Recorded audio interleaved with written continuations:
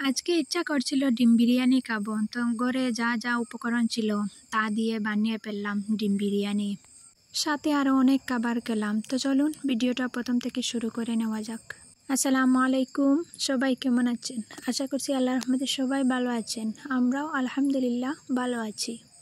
তো প্রতিদিনের সকালে উঠে আগে তো ফজরের নামাজটা আদায় করি, তারপরে আমি যে কাজটা করি হচ্ছে এই বাসনপত্রগুলো আগে ধুয়ে নেই। এটা আমার প্রতিদিন সকালের প্রথম কাজের রুটিন। তো আমি বাসনগুলো চকচকে তকতকে করে মেজে নিলাম। বাসনগুলো চকচকা থাকলে রান্না করতেও ভালো লাগে। ঘুম থেকে উঠে ফজরের নামাজ আদায় করে ছেলেকে একটু মসজিদে এগিয়ে দিয়ে এসে তারপরে বাসনগুলোকে আমি মেজে নিয়েছি। এখন একে একে করে যে যার জায়গায় বাসনগুলোকে রেখে দেব। আমি এই হাঁড়ি পাতিলগুলা একটা স্টিলের মাজুনি দিয়েই মাজি। এতে করে তেল চিটচিটে ভাবটা খুব তাড়াতাড়ি উঠে যায়। স্টিলের মাজুনির মধ্যে একটু লাক্স সাবান লাগিয়ে তারপরে মেজে দেখবেন একদম চকচকে হয়ে যাবে।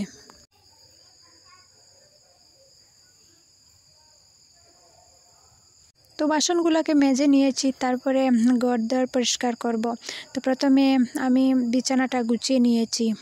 বিছানাটা গুছানো হয়ে গেলে মনে হয় 50% কাজ শেষ হয়ে যায়। তারপরে রান্নাঘরে এসে চা বানিয়ে নিলাম। তো চা খেয়ে তারপরে আজকে ডিম বিরিয়ানি বানাবো। তো আমি এখানে 5টা ডিম সিদ্ধ বসিয়ে দিয়েছি। প্রথমে আমি ডিমগুলাকে সিদ্ধ করে নিব। এটা আমি ডিম বিরিয়ানির রেসিপি দিচ্ছি না, আজকে হঠাৎ করে ইচ্ছা করলো যে ডিম বিরিয়ানি খাবো। তারপর ঘরে থাকা উপকরণগুলি দিয়ে আমি সাধারণভাবে ডিম বিরিয়ানি বানিয়ে নিচ্ছি। ঘরে থাকা সাধারণ উপকরণগুলি দিয়ে ডিম বিরিয়ানি কিভাবে বানাচ্ছি সেটাই আপনাদের সাথে শেয়ার করছি। আশা করছি আপনাদের হয়তো ভালো লাগবে। তো প্রথমে আমি পেঁয়াজ বেরেস্তাটা করে নিচ্ছি। যে হাঁড়িতে আমি ডিম বিরিয়ানি বানাবো সে হাঁড়িতে তেল দিয়ে পরিমাণ মতো তারপরে বেরেস্তাটা করে নিচ্ছি। তো এই তো আমার বেরেস্তাটা হয়ে গেছে। এখন আমি ছিদ্রযুক্ত একটা চামচ দিয়ে বেরেস্তাটা নামিয়ে নিচ্ছি।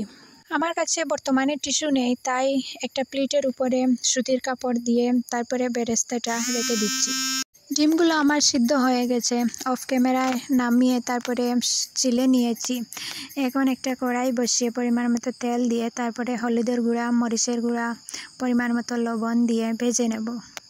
ডিম ভাজার সময় একটু মরিচের গুঁড়া দিয়ে দেখবেন কালারটা খুব সুন্দর আসে। তো আমি একটু মরিচের গুঁড়া দিয়ে ভেজে নিচ্ছি। একটু টান করে ভাজবো, কারণ ডিম বিরিয়ানিতে একটু টান টান করে ভাজা থাকলে ভালো লাগে খেতে।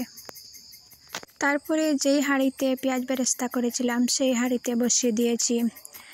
পরিমাণ মতো তেল দিয়ে দিলাম। তারপরে পেঁয়াজ রসুন বাটা, আদা বাটা দিয়ে তারপরে লবণ দিয়ে দিলাম। ভালো করে নেড়েচেড়ে পেঁয়াজের কাঁচা গন্ধটা চলে গেলে তারপরে একটা টমেটো কুচি করে কেটে দিয়েছি। আর একটু নেড়েচেড়ে তারপরে উপকরণগুলি দিয়ে দিচ্ছি। মরিচের গুঁড়া, হলুদের গুঁড়া, জিরার গুঁড়া, সামান্য ধনের গুঁড়া দিয়ে কষিয়ে নিচ্ছি ভালো করে। তেজপাতা দিতে ভুলে গিয়েছিলাম, তাই এখন তেজপাতা দিয়ে দিলাম। এখন দিয়ে দিলাম ডিমগুলা দিয়ে ভালো করে কষিয়ে নেব। একটু সময় নিয়ে কষিয়ে তারপরে জোরে রাখা পোলাওর চাল দিয়ে দিলাম। আর এখন পর্যন্ত কোনো পানি আমি ব্যবহার করিনি। তেলের মধ্যে পোলাওর চাল দিয়ে দিলাম। পোলাওর চাল দিয়ে দেওয়ার পর এসাইড ওসাইড করে ভালো করে ভেজে নেব। পোলাও রান্না করার সময় একটু ভালো করে ভেজে দেখবেন পোলাওটা জরজরে হবে।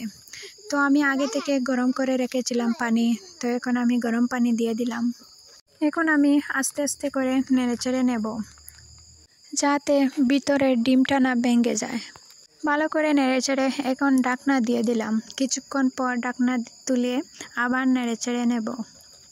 একেবারেই গড়ে থাকা উপকরণগুলি দিয়ে রান্না করছি, তবে খেতে কিন্তু দারুণ হয়েছিল।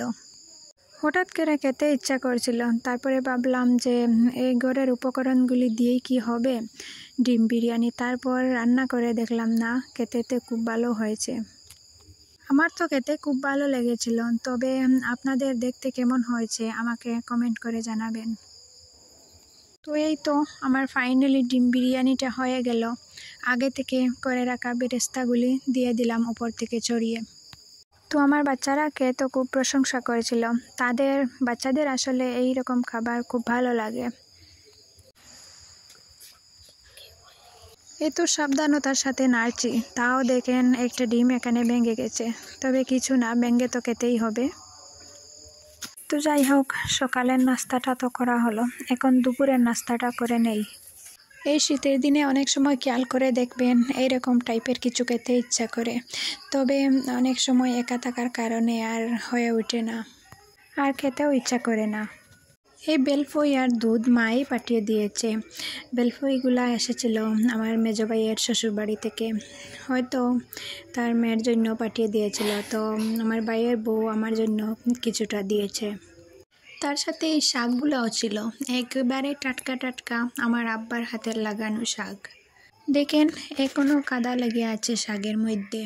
তো এই শীতের দিনে টাটকা শাক খেতে খুব ভালো লাগে। তো আমি এখানে ভাতটা আগে বসিয়ে দিয়েছি, কারণ ভাতটা আগে হয়ে গেলে তারপরে তরকারির ঝামেলায় লাগবো। ভাতটা আমার হয়ে আসছে, তারপরে নেড়েচেড়ে এখন আমি ফুটার জন্য ঢাকনা দিয়ে দেব। এই চুলাতে আগুনের আঁচ একেবারেই কম, তো এখানে ভাতটা হতে থাকুক, তারপরে আরেক চুলায় আমি লাউটা বসিয়ে দেব। আপনাদের কাছে আমার একটা রিকোয়েস্ট, আমার আজকের ভিডিওটা যদি ভালো লেগে যায় প্লিজ একটি লাইক দিতে ভুলবেন না। আর আপনি যদি আমার চ্যানেলে নতুন হয়ে থাকেন, আপনি চাইলে আমার চ্যানেলটাকে সাবস্ক্রাইব করে নিতে পারেন। আর ফেসবুক থেকে দেখে থাকলে ফলো দিয়ে দেবেন। আর আপনি যদি এই কাজটি অলরেডি করেন, আপনাদের সাথে কথা বলছি খুব কষ্ট করে, কারণ আমার কদিন ধরে খুব কাশি, এই কাশিটা খুব যন্ত্রণাদায়ক। রাত্রে ঘুমাতে গেলে কিছুক্ষণ পর পর কাশি এসে অনেক যন্ত্রণা দেয়। তো লাউটা আমি কাঁচামরিচ পেঁয়াজ এসব দিয়ে বসিয়ে দিয়েছি, হয়ে গেলে তারপরে সামান্য ঝোল দিয়ে তারপরে মাছ দিয়ে একটু জাল করে ধনেপাতা দিয়ে নামিয়ে নেব। তো দেখেন এখানে আমার লাউটা হয়ে গেছে, ধনেপাতা দিয়ে নামিয়ে নেব। আজকে আর লাউয়ের কষাটা পেলছি না, লাউয়ের কষা দিয়ে একটা ভর্তা বানিয়ে নেব। লাউয়ের কষা দিয়ে খুব মজাদার একটা ভর্তা হয়ে যাবে। লাউয়ের কষার সাথে আর কি দিলাম, এখানে আলু দিয়েছি, পেঁয়াজ, রসুন, তারপরে কাঁচামরিচ, আদা কুচি, দুটো চেপা শুটকি, তার সাথে ধনেপাতাও দিয়েছি। এখন আমি ভালো করে পুকুর থেকে ধুয়ে নিয়ে আসবো। তো সব কিছু একটা জারিতে করে পুকুরে নিয়ে চলে যাচ্ছি, ভালো করে পুকুর থেকে ধুয়ে আনবো। হাত দিয়ে ঘষিয়ে ঘষিয়ে পুকুরে ভালো করে ধুয়ে নিচ্ছি, যাতে একটা বালিও থেকে না যায়। চেপা শুটকিগুলো আলাদা করে ভেজে নেব, আর ওইগুলা একসাথে কড়াইয়ে দিয়ে কিছুটা লবণ দিয়ে সিদ্ধ করে নেব, তারপরে পাটনায় বেটে নেব। ধনেপাতাগুলো একসাথে ধুয়ে নিচ্ছি ঠিকই, তবে পরে দিয়ে দেব উপর থেকে ধনেপাতাগুলা। তো দেখেন অফ ক্যামেরায় আমি সব কিছু করে নিয়েছি, সিদ্ধ করে তারপরে পাটায় বেটে নিয়েছি। খুব সুন্দর একটা মজাদার ভর্তা রেসিপি হয়ে গেল।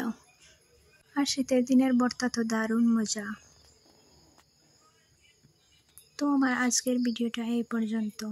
সবার সুস্বাস্থ্য কামনা করে আপনাদের কাছ থেকে বিদায় নিয়ে নিচ্ছি। আল্লাহ হাফিজ, আসসালামু আলাইকুম।